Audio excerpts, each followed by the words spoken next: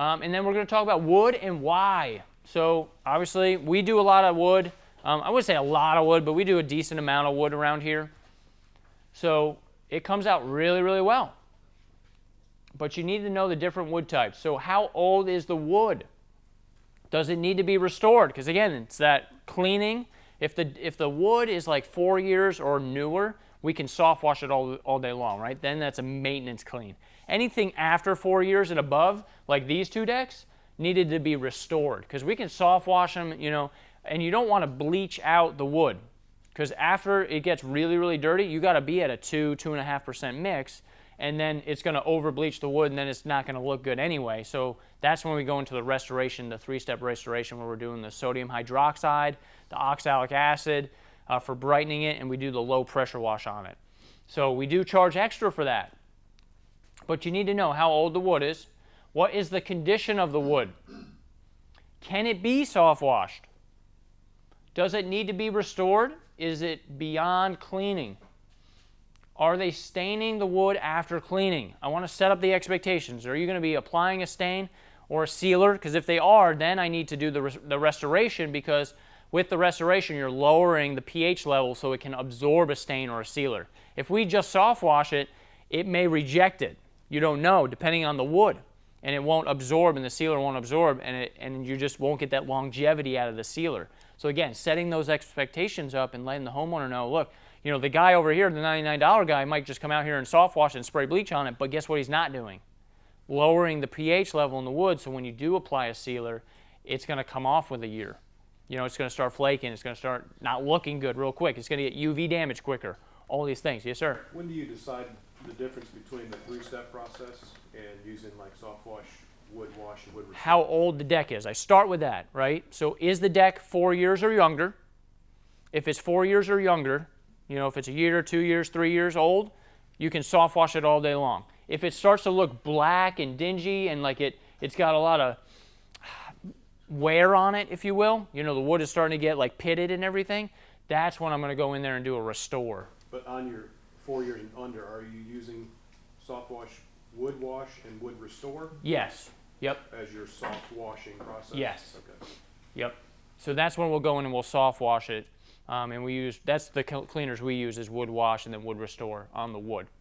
Other than that, we're restoring it, you know, and really sometimes you can get away with a 5-year-old deck, sometimes soft washing it. It just depends on how well they take care of it. Were they getting it maintained every 2 years? Because you got to maintain wood every 2 years. You got to, you know, reapply your sealer if you need to. But again, we don't get into stripping decks at all, just because we want to get in, get out. So like cleaning, restoration, we don't apply any sealer, because that's a whole nother beast in itself, right?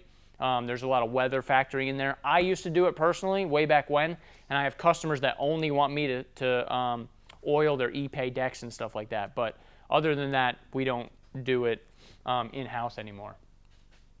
All right, so what kind of wood is it? Is it Ipe? Is it, you know, pine? Is it Trex? Those kind of things. Because you'll see on the pricing sheet in the back of your books that Trex is different, Ipe is different, all these things, they're different prices. Because like Trex, for instance, you got to use a higher concentrate, and you have to go over it a couple times, because Trex had that big lawsuit with the little mold spots in it, and it looked really, really bad. We were doing a lot of warranty work about 8 years ago for Trex, because they were getting so many warranty calls, and we were going in there and just soft washing it and spraying it with a 3.5% mix and just getting it to disappear. So knowing the different surfaces and how we take care of those, you have to research your decks. You know, if you're going to be offering that, if you're a new territory manager and you're like, you know, your company offers deck cleaning, just get on Google and look at the different decks. That's what I did. And there's so many articles on there. You can get educated literally like in 2 days, you know, and then you can really sell this stuff. Red clay stains on wood. You know, if you have a dog up and down on the deck, gutter butter. We use gutter butter for red clay. So same thing, low pressure wash. Put gutter butter on there, low pressure wash it off. Is there any damage on the wood? Is there already furring? You know, all that stuff. Was there a mat there and there's sealer there? You know, that's going to be a different contrast when we do the cleaning. Setting that expectation up for the homeowner, because again, we don't strip stain or anything. So if they had a big chest there and they want the deck clean, but then when your guys get out there and they move everything, and then you soft wash, and the lady's like, well, why didn't you get that up? Well, you know, the sales rep might not have saw that when they did the quote. then you run into that issue, right? So you want to make sure you're dotting your I's and crossing your T's. All right, so here's the three-step process. So we're going to talk about that. So the three-step process looks like this. I mean, it's a really good night and day picture here. But the explanation. So we use a wood cleaner that is designed to lift dirt, mold, and mildew, which is sodium precarb or sodium hydroxide. Sodium precarb is a little bit safer, if you will, than sodium hydroxide, and it works great. Then we'll go back with low pressure, about 500 to it's supposed to say 1,000 psi, 500 to 1,000 psi with 8 gallons a minute. And more gallons per minute is key, and I explained that to them. You don't want pressure. Everybody's like, pressure wash it off, you know what I mean? Get at it. No, you want low pressure. You want the cleaners to do all the work. Then that takes it all the way back to the whole pest control model, right? Low pressure, we're treating the surface, and it's treat over clean. Remember that, treat over clean. We're treating it, and then that way it lifts the dirt and mold and mildew, and then we can rinse it off with more gallons per minute and just flush it off, not pressure wash it off. This will leave a dark wood. So once you're using these cleaners, it's going to leave it dark. Then you have to come back with oxalic acid to neutralize it, and literally when you spray the oxalic acid, it's going to bring out all the colors in the wood. Honey gold, the reds, I mean, it's going to look really, really good.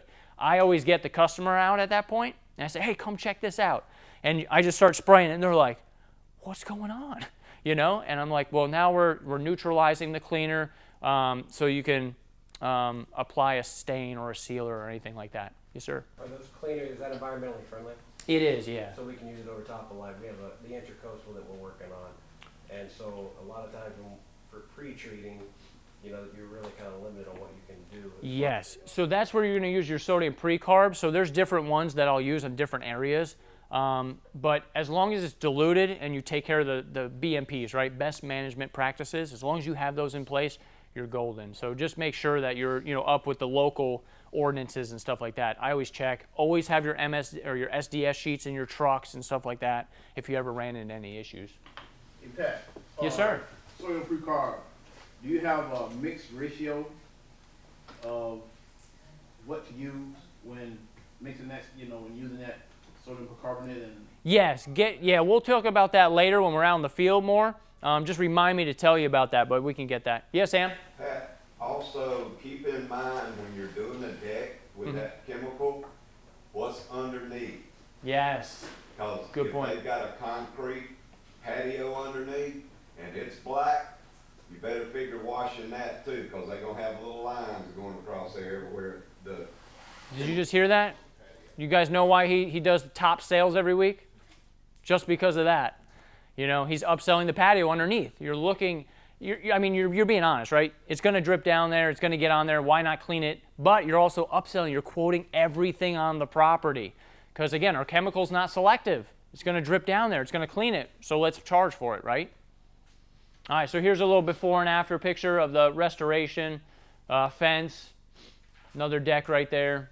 But see how it brings out that red and the gold? Oh, man, it just looks really, really good. Are you washing the underside of the deck with that? I get a lot of questions about that. I soft wash under the decks a lot of times because it's real green and everything under. I charge double for the flat surface. So if I do length times width, and I just double it on the square footage, and you do inside. You can charge more because you do have the beams, you know what I mean? The 2x6s and stuff. So there is more wood on the bottom. So you could charge a little bit more if you wanted to. But yeah, just double it and you'll be good. But I soft wash underneath there. If they wanted it restored, then that would be different, but I just soft wash. They just want it looking good, so when they're doing their parties or sitting underneath the deck, they're not looking up at that. So how clean can we get it? Setting the expectations for the customer, right? Make sense? So here's a couple of jobs that we did. This is a plexiglass roof over it, and it had a lot of wood in there, and we cleaned all the wood and the plexiglass on both sides. This was a deck that I actually was prepping to go ahead and put a sealer on there. And then here's some more stairs. So you want to account for all the wood. So I'll run, when I do my wheel, you're accounting for the front of it, the bottom of it, you know what I mean? And you can do it linear foot. You can run up the whole railing and do 4 feet by whatever it is, linear foot wise. So you can price it a couple different ways, and we'll talk more about pricing out in the field. Yes, sir? Other types of materials around that wood, with the sodium precarb and the oxalic acid, do you need to be worried about getting it You out? do, because it'll strip the paint. Yeah, so like these painted areas, you got to be real careful. So I use pump up sprayers, so I'm not getting a lot of overspray or anything. So you do on any painted surfaces, the kick plates on the doors, like if you're doing a deck and you got the kick plates, I like to keep those wet while I'm spraying the cleaner. But move everything off the deck, you know, as much as you can, or cover it with plastic and, you know, that kind of stuff. So, and then that's after the sealer that we put on there.